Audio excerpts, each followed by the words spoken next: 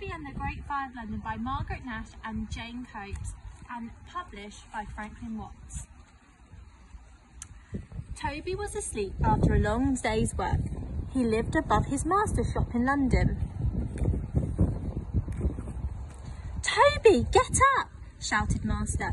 "You've left your book for Mr. Pepys here. Foolish boy, take it at once. It's his diary." "Oh no!" cried Toby. He leapt out of bed, grabbed the book and ran out into the streets. That night it was hot, but there was a strong breeze blowing. People were out in the streets. Some were running. Toby looked up. There were clouds of smoke and a red sky. "Whatever's the matter?" Toby ran round the corner. "Fire! Fire!" shouted an old lady. She was still in her nightgown. "London's burning!" cried a boy. "And the river's full of boats." Toby saw the flames. He ran on. The streets were full of carts and choked with smoke.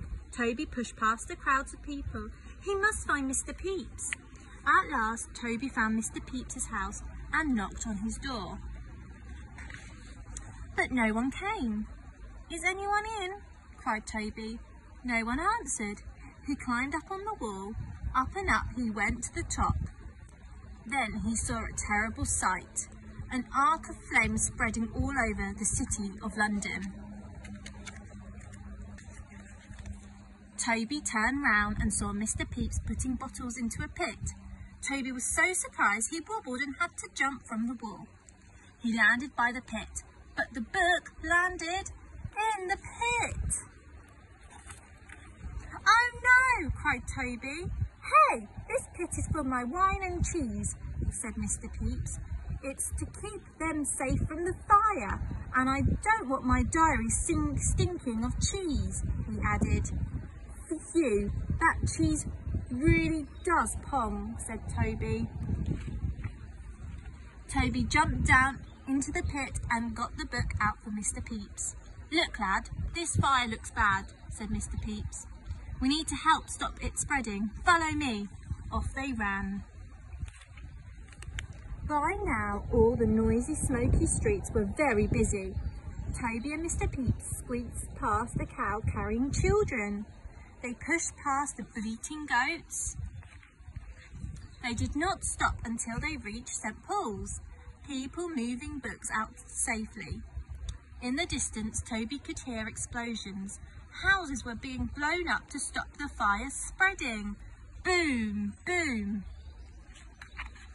A man covered in soot arrived to climb down from his sooty horse. "Who's this stranger?" said Toby. "Don't you know?" said Mr. Pepys. "It's King Charles II of England." "Take this bucket," said the king. "Help me fight this monster of a fire." With the king, Mr. Pepys and many other helpers, Toby tried to put out the fire. They all worked day and night until the fire died. 3 days later, Toby returned to the shop.